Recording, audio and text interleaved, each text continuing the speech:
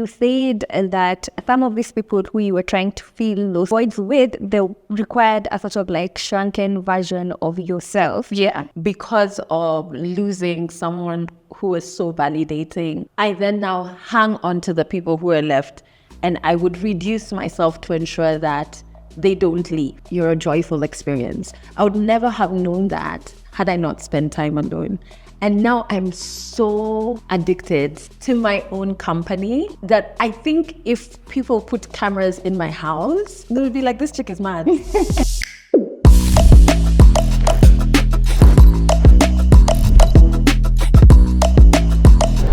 Hey guys, and welcome back to A Letter to My Younger Self. Today I am joined by a poet, an activist, and the founder of Legally Clueless Africa. Adelle Onyango. Thanks for having me. Yeah, thank you for coming. Yeah. And when I knew you were coming, I was like your radio voice. Yeah. Every time I used to hear it when I was coming from my school, and I'm like, I have to say, and I'm Adelle Onyango. Yes, and like, you know what's crazy? Whenever people say that, I'm always thinking back to the topics that we used to have on radio, and I'm like, were they like school-going, child-appropriate? But what are we supposed to do? What was playing? Like, I hope I was saying things that helped you. No, don't worry. We remember you in a good light. Good. Yeah. So before we actually get into it, first, you can start by reading us your letter. This I went to me in 2012. I was 23 years old, and my mom had passed away, right? So dear Adele, life will be different. Allow yourself to grieve the life you thought you were going to have, the missed moments. It's okay to be sad. It's okay to be angry. The void caused by mommy's death is the cost of love. You don't need to go around looking for anyone to fill it. It is okay to feel the loneliness death has gifted you. You may, in solitude, find yourself.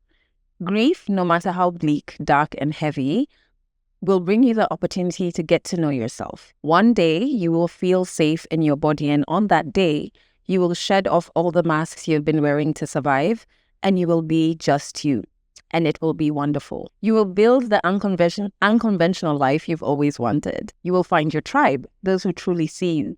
Don't worry, they will happen upon your path. You will make small, big, and grave mistakes, and that's okay. No one should pressure you into perfection. Accept your humanness in its beauty. There are mistakes. Learn from them, embrace them, own them. Allow yourself to miss mommy. Allow yourself to miss daddy. They are gone, but that doesn't mean your life will stop. You will still live a big life. You're still whole without them. Adele, all is already well. I like how you end your letter. Like Adele, all is already well. Yeah. And I feel like that's a statement that can really take you through, bad days. Exactly. Bad year. Yeah. So I just want to find out, like, how has that statement taken you through some really difficult days? Yeah. I mean, obviously, I'm human. So I do have those days where I'm just like, the world is ending. This is terrible. Like, what's the point even, right? And I've always, when I make it to the other side, I'm always like, man, I keep forgetting to trust that all is already well and not forget or underestimate life's potential to shock me in how much light it'll bring in, And I think I always now hang on to those moments. So if I've gone through a dark period and I make it out, the next dark period, I'll use the previous one and be like, you remember like that day you thought all was over, like, and look where we are, And so I kind of like use that as the fuel to the next moment. Yeah. And I think just understanding that life is about balance, right? And so there are good days, there are bad days, there are mundane days, there are exciting days. And this is all part of this living experience, right? So even just yesterday, I had such a hectic day and it's dealing with mechanics. And so I remember like being like, why is this such a bad day? And And like when I got home, I had to kind of calm myself to an AGM and be like, really? Yeah. That is why you've decided it's a bad day? Like, honestly, this one thing, it was a bad moment within a day. Mm-hmm. that I got to see the day is a beautiful thing. It rained a bit yesterday and I'd planted some stuff. I'm like, that's a beautiful thing. Like, rain was not expected. What a gift. I got, you know what I mean? Like, so I kind of have, with time and the older I get, allowed myself to kind of remember that there's balance. Like, even when I'm going through the dark times, like, just kind of be like, just hang on, like it doesn't last. Hang on, you know? Yeah. Yeah, that's so true. And in your letter, like you said, you are writing to 23-year-old Adelle. Yeah. Take us back to when you were 23. Yeah. How was life at that time? What sort of dreams and aspirations did you have for your future? I have to say, I'm 35 now and I can't wait to be 40, right? And I always say, like, I would never go back to my 20s. I feel like a lot of people, we vilify aging so much. We're just like, I wish I could go back to 20s and be like spring chickens and like fun and carefree. I'm just like, 20s was the ghetto. And we were navigating a life crap. We were broke. I don't want to go back there. But like, I think like 23, in terms of my mindset, I think I've always been very other and very like creative and like a dreamer, and like life doesn't have to be conventional. But at that time, a lot of my validation came from my late mom, right? So it kind of was like, I'm unconventional and I have all these dreams, but a huge part of why I feel like it's okay for me to be that way is because my mom is behind me and she's like, hey, it's okay for you to be that way, right? And so when she passes away, I'm just like, hang on, is it okay for me to be like that? You know, you kind of like feel destabilized. And I kind of had the type of relationship with my mom that was now really morphing into a friendship. And so this is a person I would like talk about boy drama with and still negotiate my contracts with, you know what I mean? So I didn't have the type of like relationship with a mother where like I'm scared to tell her things or whatever. So losing that affirming voice, I was just like, whoa. So you mean like now I have to tell myself these things? And it happened when I think I was 2 years into radio. And then the year after my mom died is when I was getting pushed by Kiss. So there are all of these adulting decisions I have to make by myself. And I'm just like, I'm just a girl. I'm just a girl. You know, like, this is too much, right? And so I feel like my 20s, I kind of like, in hindsight, it was good. Because I got into radio before I graduated campus. So like now it's like working, and then I moved to Kids and I was working with people I grew up listening to. So like you have to switch on, like, you know, you're now serious. Like this is not a hobby and I'm building a career here.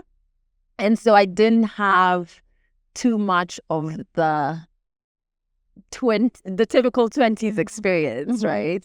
But I think it was good because then I kind of grew up much faster, which I already had to do from a younger age because my mom battled breast cancer for decades. And so there's a lot of, anybody who has someone close to them who's battling a terminal illness, like there's a lot of caregiving you have to do, which means you don't have the free time that a lot of people have, right? So I think my 20s was like just grew up. There is no space for you to be like playing around with things. Overnight, your mom's gone, and my dad died in 2007. So now you feel like you're on your own. Yeah. So then at that point, you're 23, your mom passes away. Yeah. And you've touched a bit like on her. Yeah. Can you like tell us the type of woman that she was? Yeah. I think my mom was like just a super cool African woman. And I think she was like a trailblazer in her own way. And she was very unconventional as well. She was an accountant by trade, but like loved theater and poetry. And this is someone I went to a Shaggy concert with back in the day because like I had this huge crush on Shaggy, and she did too. And this was in the middle of like my IB exams, right? So can you think about like which African mom is like Let's I go. know you have a maths paper tomorrow, but thank you, guy. You know? And so I feel like she had, in her own way, understood that life is about so much more than like the degrees and the papers, etc. I think she influenced policy in the country when it comes to like cancer treatment, right? She was part of the team that first got like the first mobile cancer screening truck to go around Kenya, right? And so I kind of like, I'm so lucky that I got to experience her for 23 years. I think my grief is at a point where it's not so angry anymore. So now I'm just like, oh, I feel so lucky that I got to see this woman, because then it affirmed to me that life can be lived in a different way. Like, you don't have to see things in one way or in the way society thinks it should be.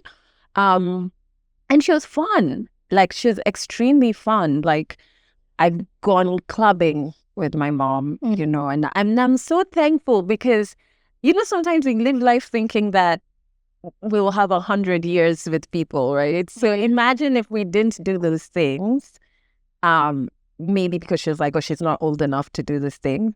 And we were not going to get those years, right? So she was really fun. And I lived such a full life in such a short time. I'm very thankful I got to experience her as a mom and a friend. Yeah. And then at what point did it now, you know, suddenly hit you that, damn, you know, she's actually gone? Yeah. And like you said, you know, things will never be the same again. Yeah.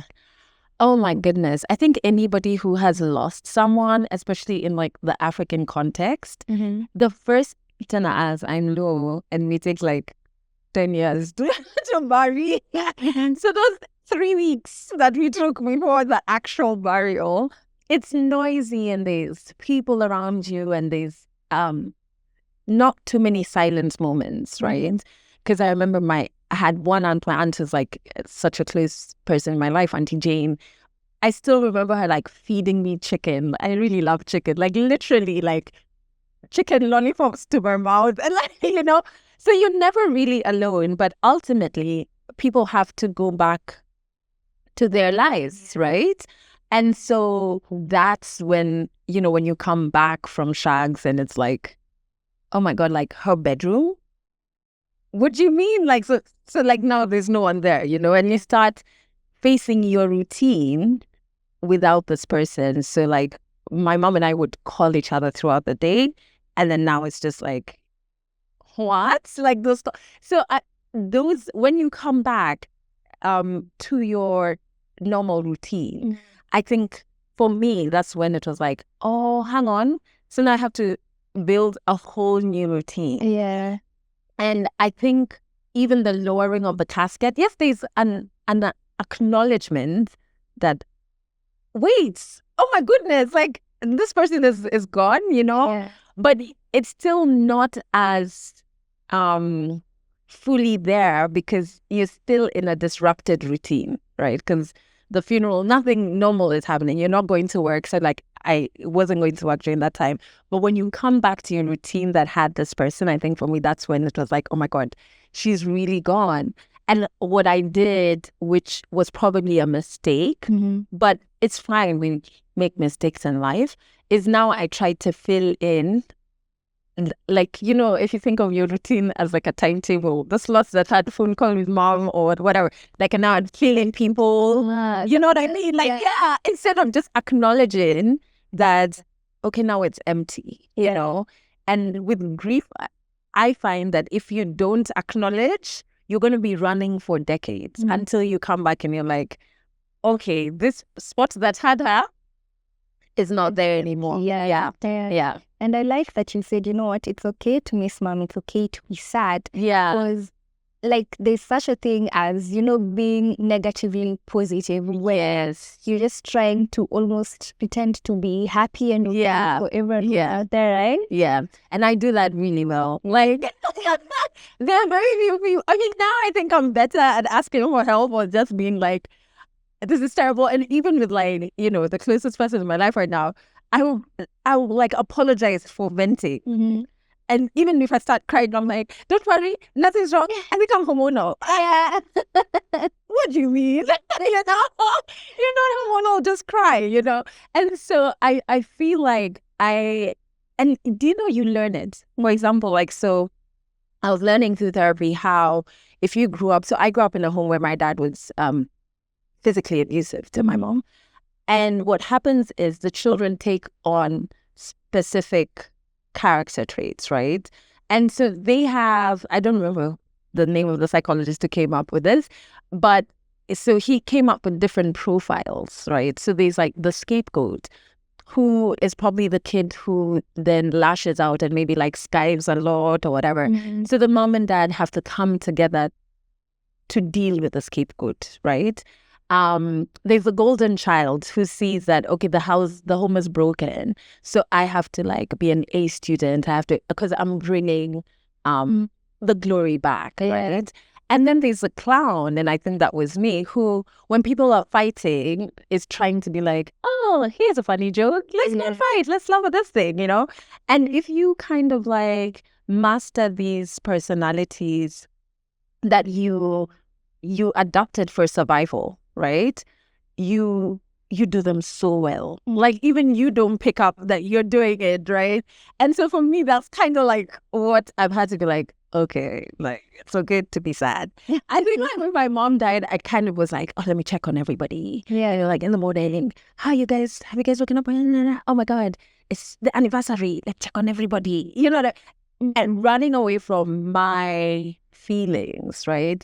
And so now, after so many years is when I'm just like, yeah, man, it sucks. And it's okay to be like, I'm sad because that really sucks, But how were you handling it, like grieving, but at the same time still being the one who's checking up on everyone? Yeah, I wasn't. That is the problem.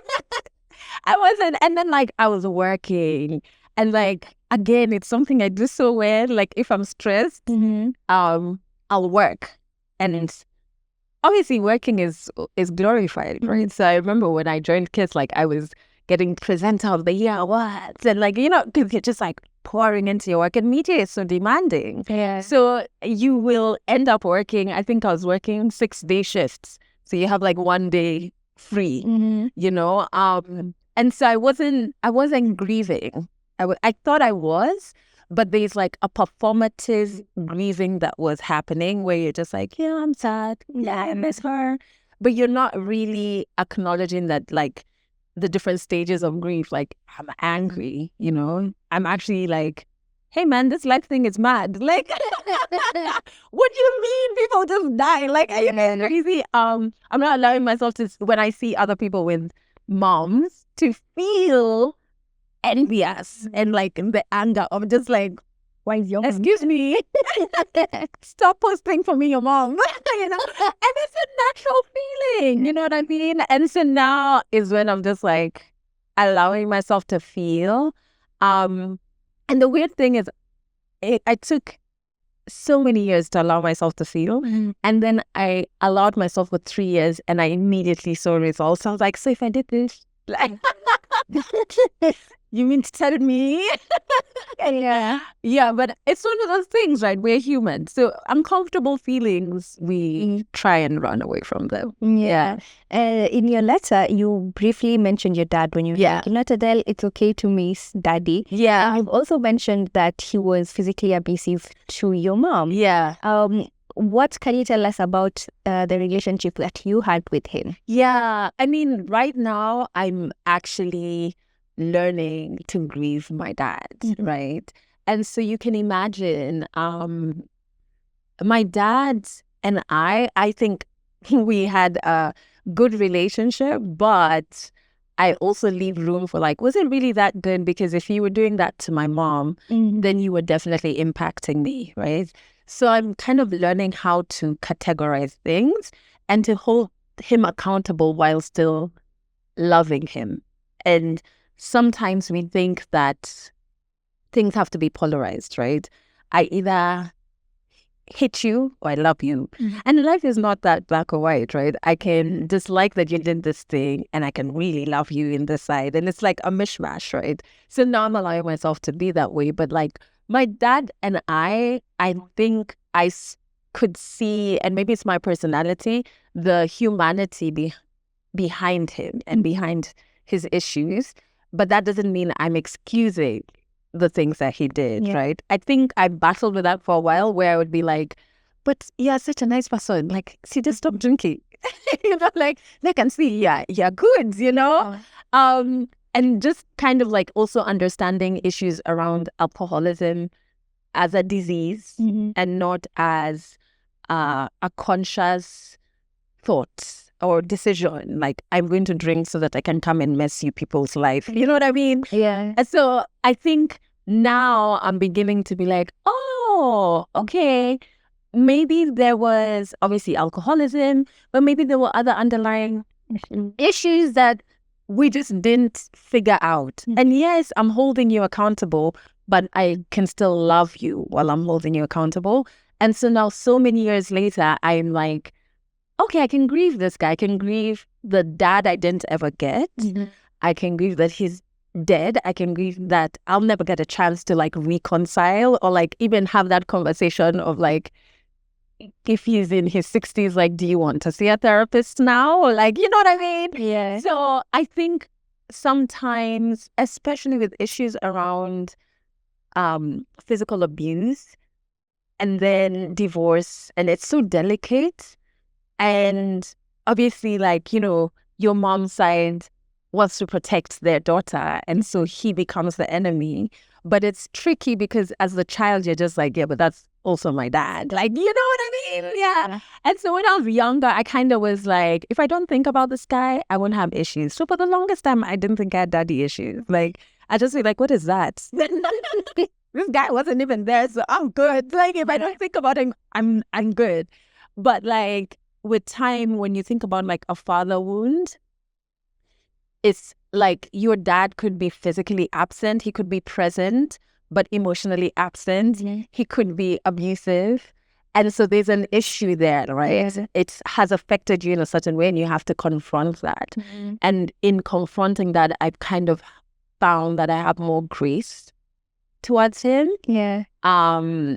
And it sucks that I would never be able to have that conversation with him. Yeah. So you said he passed on in 2017, yeah? In 2007. 2007. So he passed away way before my mom, but they were divorced, right? At that time, yeah. How did his passing affect you? At the time, I thought it didn't. I was just like, oh, well, you guys weren't together, so you know what I mean? I didn't see every day. And I mean, we did go for the burial, and I really thank my mom for that, like being very, putting her feelings aside. I can imagine for her to go back to his home and like, there must have been a lot of like triggers. Now we have words for the like triggers, and she put that aside for us. So we did go for the burial, etc. It was like awkward, obviously, but I thought at the time, I'm like, I'm good, like, like, and even after, I think I got into therapy maybe in 2009, 2010. I would always just be like, no, I'm not paying. There's no that issue. Yeah. I'm paying. This is the other thing you're meant to be looking at. Why are you fucking your nose? And so I didn't allow myself to grieve. I thought it was maybe subconsciously. I thought it would be disrespectful to my mom, or it would hurt her if I feel a certain way. You know what I mean? Like, there are all of these things you subconsciously do at that age. But I didn't think I had to grieve. So now is when I'm like, okay. And but what I would say, as much as it's difficult to confront the emotions I have about my dad now, oh my God, like, it's so freeing. I think this is the most me I've felt in such a long time. I don't feel, and I think I say in the letter, like, I think we go into healing thinking there's broken, like, oh, I'm broken here, or I'm broken whatever. And I used to think that about myself. It's not. Like, there's just parts of you that could be more you, so this part is in survivor mode because you didn't confront certain emotion that's trying to like keep you away from it. Let's remove that mask and let's see what's there, like however dark it is, and get light in there.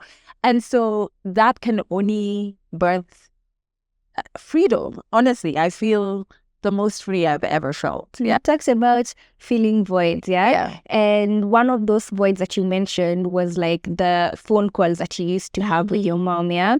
So what are some other voids that you tried to fill? Yeah. And who are some of the people that you tried to fill those voids with? Yeah. I think for one, I kind of like would, and again, these were not conscious decisions. I think sometimes we forget how powerful our subconscious is, right? So like in family, I'd be like, I wish I could be a nice mom. Let me move her. Now I promoted her. She's now mom, which is quite unfair because nobody could. I'm almost setting you up for sabotage, right? It's like, because you are not my mom. And I think I did that with many aunties, etc., which I should have just allowed them to be aunts,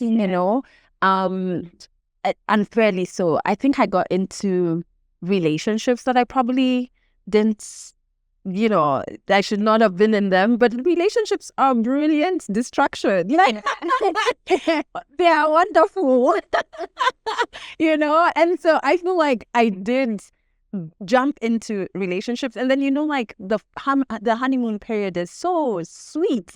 You just are feeling this love because the void of like my mom dying, it's like love has been taken away, like the most purest, like reliable blanket has been taken away. So then you get this other one for like 2 seconds, like I don't have to always, And so sometimes I'm just like, yeah, I shouldn't have been there.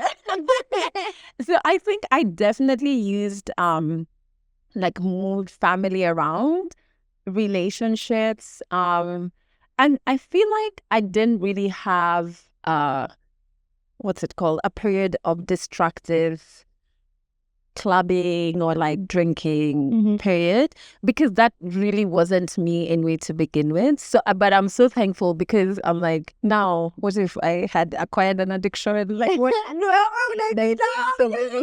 Exactly. But it doesn't make what I did right, like in terms of getting into relationships that I really should not have been in. But again, as I said in the letter, like, these are mistakes, right? Yeah. And you're not doing them conscious, like you're not going out of your way to set up a false expectation for the other person you're in a relationship with. Yeah. It's just you're trying to survive subconsciously. Like your mind is just like, if we face that grief, we might break beyond repair. So let's just, exactly. And so for me, I think those are the two things I used to kind of like fill in the void. Yeah. You said that some of these people who you were trying to fill those voids with, they required a sort of like shrunken version of yourself. Yeah. What did you mean by that? And what advice would you give people out there who are maybe struggling when it comes to settling in any sort of kind of relationships? I mean, for me, definitely, I think what was happening is like, because of losing someone who is so validating and so it's unhealthy and meshed in my life, I then now hang on to the people who are left, and I would reduce myself to ensure that they don't leave, right? So if it's Wambosha and Wambosha doesn't like me wearing jeans, I won't wear jeans, Yeah. I had no problem, like people pleasing to a crazy level. And you find that you do this not only in like intimate relationships, but like with family, in the workplace. Like you don't want to deal with anyone leaving again, because this one, you had no control over it, right? And so now that you have control, well, it's a false sense of control. You're like, don't worry. Like, you need me to change anything about me, I'm gonna do it so that you don't go, right? And sometimes it's a you thing. For me, like a few assholes I dealt with, you know what I mean, who definitely were unhealthy and causing or wanting a reduced version of me. But also, it was a me thing in some of those situations, right? The person wasn't asking for a reduced version. Me, I was just overperforming, over-reducing. So I think the first thing is to establish where the problem is. Is it this person? Okay, then they have to go. But you have to know who you are first to know that you're arriving as a reduced version of yourself, and then figure out why is that the case. And so for me now, because I have such a strong sense of self, I can identify rooms that want a reduced version of me. And I'm just like, by the way, I have no business being in this room. Like, I'm a head out, you know what I mean? And so I think I wish everybody could have a strong sense of self. I wish we as a people created a society or community that celebrated individualism, right? So be it in the little things like how someone dresses to the big things as to how someone thinks, right? So even for me now, like the more work I do on myself and the more awareness of who I am that I have, the less, those fights even online. Yeah. I'm just like, what was that? You pray to a chicken. Are you happy? No problem. I don't prosper. And I'm just like, there are things where I'm just like, so, the guy for Sina Maoni? Yeah. Genuinely, I've not had moments where I'm just like, hey man, this doesn't involve me. I don't see Maoni. So I think the more we allow people to be themselves, the more like spaces will so now for me, because I have a strong sense of self, I don't mind you being yourself. I will not ask for a reduced version of you, but spaces that require you to reduce yourself, I just don't feel like those are spaces that you should be in to begin with. Yeah. And how do you get to that place, and how do you even do it? How do you set those boundaries where you're like, this person is sort of requiring me to shrink myself? I'm going to just get out of it. It is difficult. Let me tell you, I didn't have boundaries like pre-COVID. I was moving like a mad woman, let me tell you. I had boundaries in terms of like, because when you're in the media, you kind of know how to interact with, if it's your community members, people who don't know personally. But on this other side, it was free for all, whatever, you know what I mean? Yeah. And so I remember going for a therapy session, and my therapist drew these circles, so like a small circle and then another one around it, another one around it. And what's meant to happen is like the smaller circle is meant to only have you, right? And then the next circle has people who are close to you, maybe 2 people or 1 person. And it goes like that. Me, I wasn't even in my own youth. I was like standing to the side and waiting for the people in the circle to tell me what to do, right? And so when I went through that exercise, I just realized, okay, I'd done myself a disservice, and even the people around me a disservice, because I'd never shown them who I was to begin with, right? I just kind of was like a vendetta going, wherever I'm being pushed, right?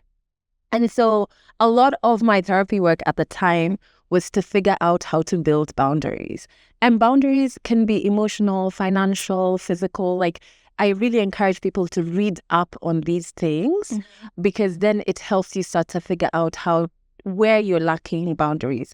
And to be honest, without boundaries, I felt so tired. Like, just every day I wake up and I am tired, right? Because you're expending so much of yourself, even when you've not been asked to. Yeah. Honestly, it is nobody's fault but yours, right?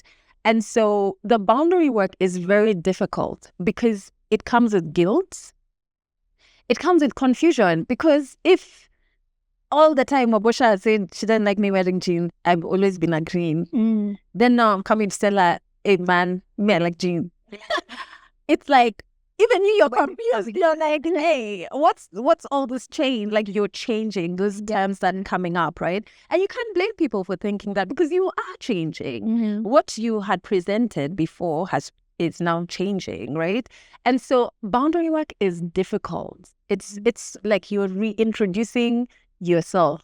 But despite the guilt that comes with it, you have to kind of keep doing it. And most of the times, like, you will read about boundary, or when people talk about boundary work on like TikTok or whatever, they're constantly talking about if somebody isn't comfortable with your boundaries, that's because they were, they were comfortable with you not having boundaries, or like, which is true. Yeah. But where I feel like people don't talk a lot about is you. So you reinforcing your boundaries, I've found in my experience, is more for you to, like, you are coaching yourself before even you think about how people are going to react. You have to be like, yes, I'm going to do this because it helps me arrive better in relationships. I'm going to speak up for myself and say, hey, I don't like this. I'm going to constantly. And you're undoing decades of no boundaries. It's going to be difficult. And so obviously it's very privileged to say, seek therapy. But if you have the access, please do. If you don't, read as much as you can, because some of these things you can even start implementing by yourself. But living without any boundaries, since I have done that for a long time, is pure madness. Please do not participate in that madness, Yeah.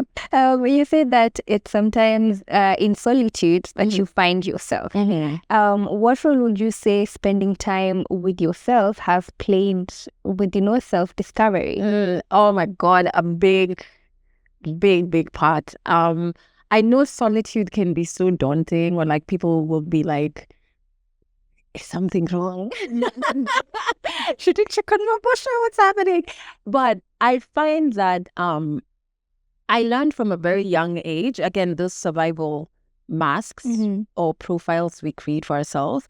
I always liked people over in the home because then my dad would behave, or like, you know what I mean? So I wanted noise, or like, let's not go home. I hope we stop by a mall somewhere, or let's, so being around people and being outside of home was like safety in my head, right? And then obviously the older you get, when you're alone, is when those thoughts of like, are you sure you should have, why did you start coming in? And you're just like, nope, not today. And then the industry that we're in has a lot of spaces for you to run away from your thoughts and facing yourself, right? And it's normal to be at every party, at every concert, at every event. If anything, it's part of the job for some people.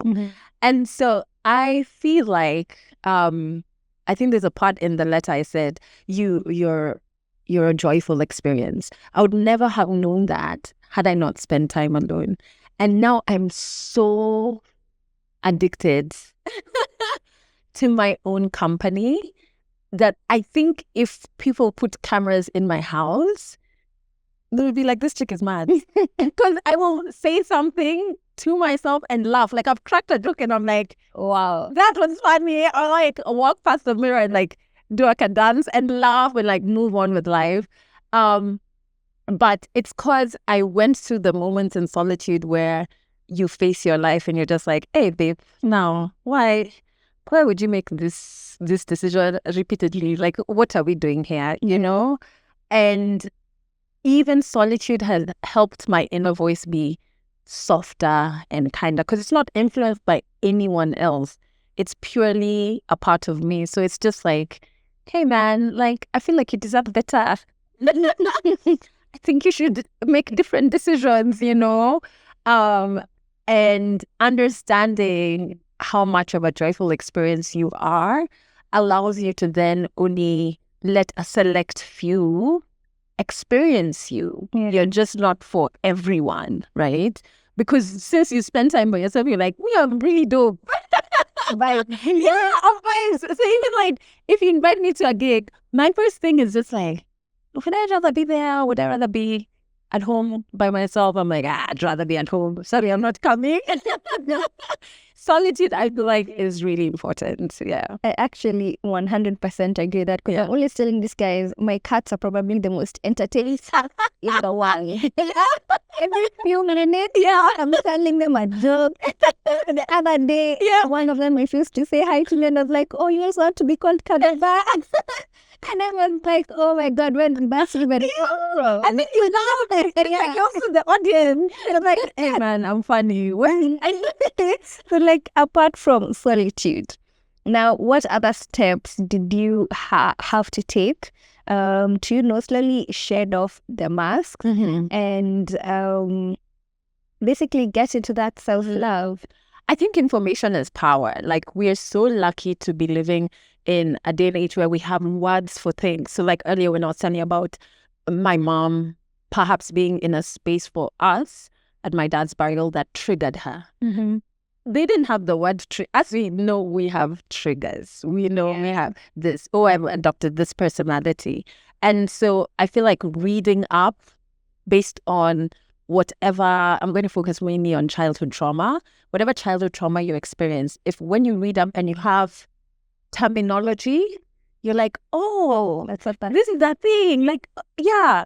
So that has really helped me. Like, the more I understand things and the more I read about them, I'm just like, hiya, like, of course I would react this way. This is how a human in this situation would have reacted. I'm not self-sabotaging by reacting this way. It's what is expected, right? That's one. Number two, for me, it was, I know we talk about therapy, but like there's a year I did therapy every Thursday. And it was hell. Oh my goodness. Because, you have to confront things even about yourself that you don't like. And then it's someone else telling you, and you're just like, please. Too much. I'm not even going to pay house. No? What is it you're telling me? And then there's homework. And if you don't do homework, you're just cheating yourself because it means now we are stagnant until you actually do that homework. And I remember like, some of the things we were looking at was like losses with our funerals, because in my head I thought the only issue I had was the death of my mom. And so for like 3 sessions my therapist was like, no, go back and read. And I'd get so mad, like I would bitch about it and just be like, no, this is paying home.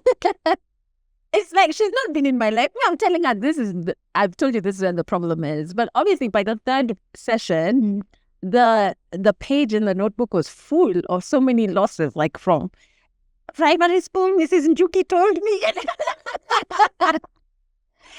So I feel like we normally talk about therapy in a very sexy way. There is nothing sexy about that 1 year. And my therapist's office, I remember, was near Snow Cream in town. And there are times I'd leave and then I just go buy an ice cream and I'm like, wait. And near the Snow Cream, I remember once there was like a shoe store or something and like a small liquor store. There were these kids, not kids, well, young people drinking. And I remember being like, I could join them right now.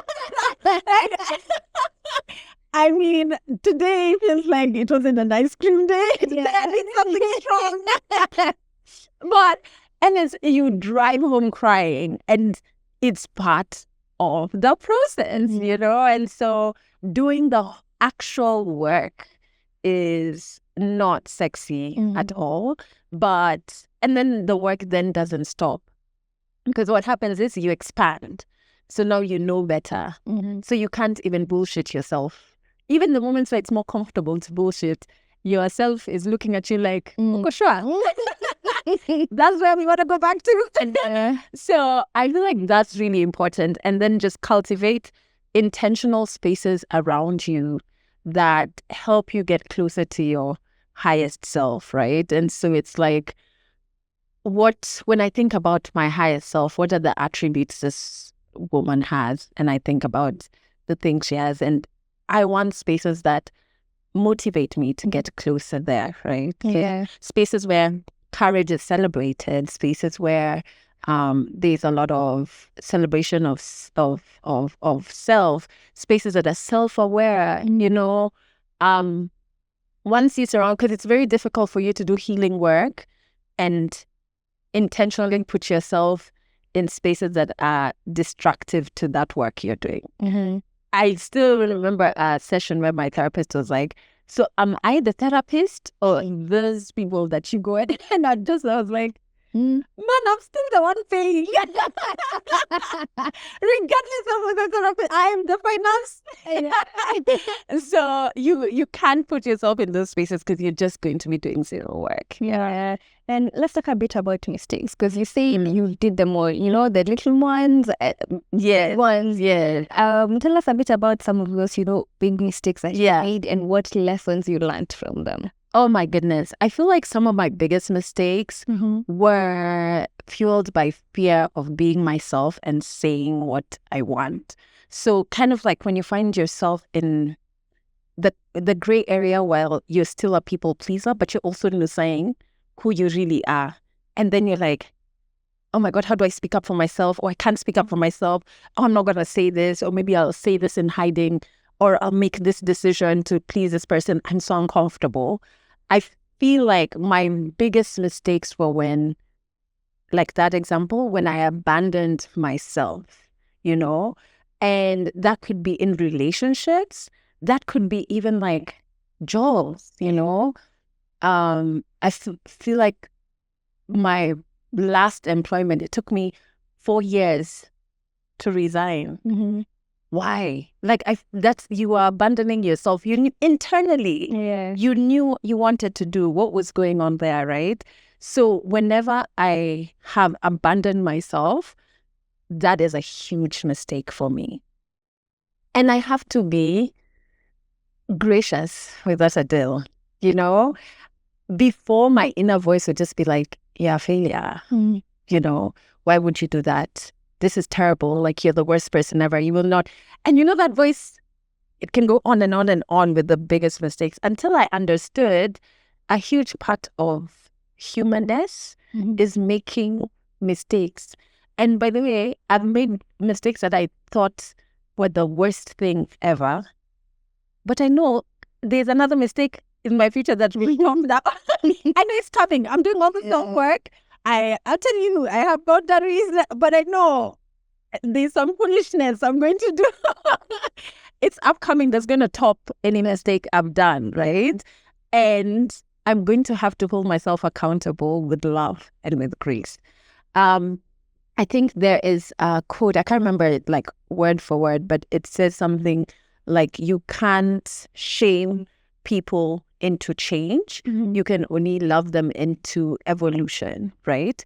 So, and that has been so powerful for me because the inner voice and society shames you. And for me, that has never shown any success in achieving anything. What has worked for me is when I'm like, Alien, me, I love you. We have niche here. Like, you need to, out of love for yourself, do better. But because we believe in and we chase perfectionism and things like that, we think if we make a mistake, we are not worthy. We're not doing life right. But man, that's a huge part of being human. Yeah. And from 23 to now 35, those are a lot of years, that's a long journey. And you put it, you've lived a big life. What do you think got you through, that 23-year-old who had just, lost her mom and probably feeling like life was going to end, to now where, very self-aware. Yeah. I feel like for most of 20s, I would say luck.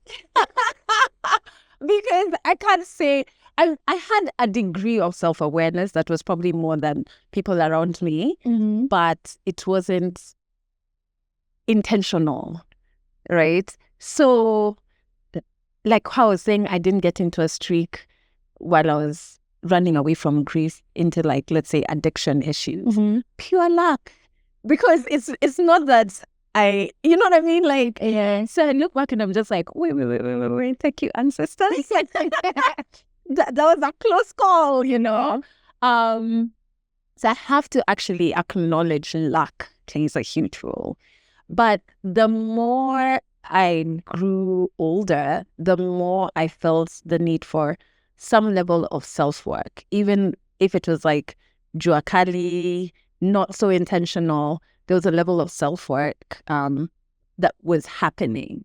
It became more intentional the older I got, right? So that also played a role. I think also my relationship with my mom was very affirming before she died. So I was okay not fitting in because that was normal, right? So poetry is not a sexy art form to very many people, even though I think it's pretty. It's the backbone of all your favorite songs. But anyway, so I was never a cool kid, like I liked poetry. I liked even the music I was listening to was very other at the time, right? So since that was allowed, I learned early that I don't have to fit in, which really helps you the older you get. And even as many people know through your 20s when you're trying to figure out who you are, So I feel like that really, I know we talk about childhood trauma a lot, but like that experience in childhood with my mom affirming who I was really did help me. Yeah. And you also mentioned, you get to live the unconventional life you always wanted. What do you mean by this unconventional life, and are you still living it? 100%. Like, first, I don't know this doesn't sound so bad, but I don't know what I was doing in employment. Like, and then I look back, I'm just like, hey, madam. And I think they're personality types, right? And I don't think I had the personality type for employment, but because it's the normal. Yeah. I found myself in employment for 10 years. Did I learn a lot of things that are helping me now? 100%. Did I build networks that are helping me now? 100%. Was I completely uncomfortable? 100%, and and I wasn't even in a conventional job per se, right? Because like radio, you could go in your pajamas or whatever, but it was still like, this is weird, And so being able to, build my own business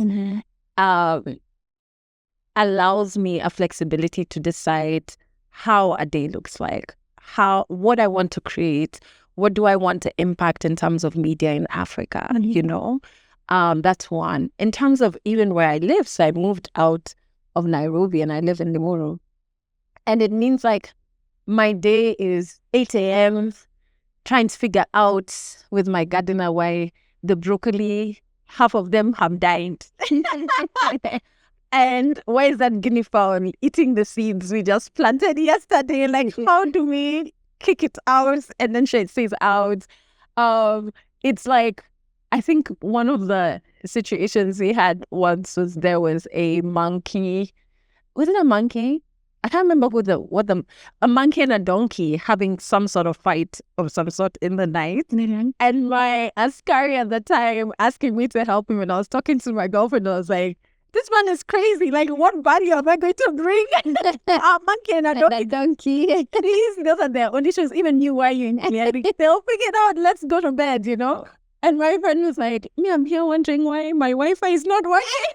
I was like, yeah, we have different problems. And like, I'm learning how to play the drums so I can start my morning with a walk. Then I play the drums and sit down at 11 to figure out projects for the day. So I'm like, this is it. Like, I'm in control of my time, which has always been like my definition of success is when you're 100% in control of your time, what your day looks like. And it's not in my head, this is so normal. Like, I am that friend, if you tell me, one of my friends like, I want to relocate to Mombasa. I'm like, so of course you can do it. It's like, all you have to do is this, So, but for many people, that's not, right? And I know the day I get tired on this particular life I'm living, I'm like, I can change it. Like, I can make a plan and say, I'm going to move this other side. So I feel like for a while in my 20s, I thought we have to stick to the norm. no matter how uncomfortable in your heart, the norm is, everyone is doing it like this. So you can't change it. Yeah. What next for Adelle? Oh my goodness. What am I looking for? Actually, it's going to sound so cliche, but I promise, just hear me out. Okay. Just hear me out. Like sometimes when you get this question, people are like, I'm going to be dropping my album in like in 2 months or whatever. I mean, I do have projects that I shot my first film this year, which is a short poetry film, so it'll come out a little later. And there's that, which brings me joy. But I go to bed, I have to force myself to sleep. It sounds so ridiculous, but like nighttime, I'm so happy I saw this day that I'm like a kid before closing day, where you're just like, I can't sleep. We get to do this tomorrow. And when I wake up, I'm just like, yeah, and another, the sun is out. It's like, so like my bed, I just see the sun peeping through the curtains and I'm like, we're here, And so that to me I've been like restructuring my thoughts to acknowledge that what we think are the small things are really the big things. I get to wake up and see another day, That to me is like, guys, do you know how big that is? Even if it ends up being like a shit day, but like we were here and then tomorrow, please, I want to wake up again, So for me, I think it's like looking forward to the next day and like the possibilities that come with the next day.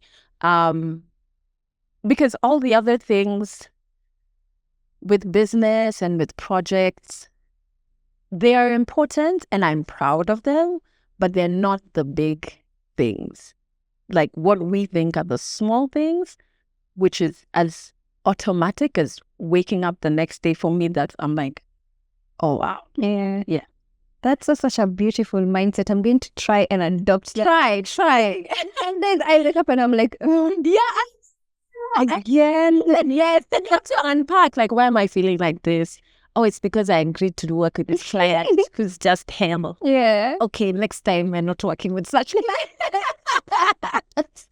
That is so true. Yeah. Before I let you go, we normally do a time capsule sort of things. Okay. I wrote a letter to 23-year-old Adelle. Yeah. And now we're going to leave a message for 45-year-old Adelle. Oh my goodness. Yeah, so you can take a minute, think about what you'd like to tell her. Yeah. And then once you're ready, leave yourself a message. Oh my goodness. What am I going to tell her? Because I've had such wonderful things about 40s. I have many older friends and I'm just like, how 30s was awesome. Kumbe, you guys are living the life. Dear 45-year-old Adelle, 3 things from 35-year-old Adelle. The first one is, I want you to know I am extremely proud of you. Whatever it is that you're doing, I'm sure you're killing it and I'm sure you're not abandoning yourself, so I'm proud of you.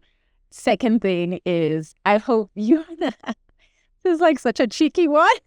I hope you're having the best sex in your life, because I feel like people think that women just stop being women the older they get. So do not ever feel shamed about your sexual life.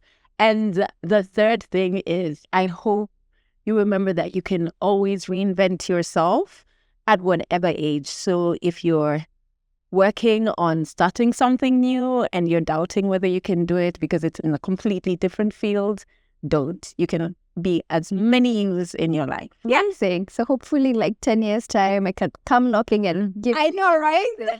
This song. Can you imagine if you're still doing this podcast in 10 years? It should be really Exactly.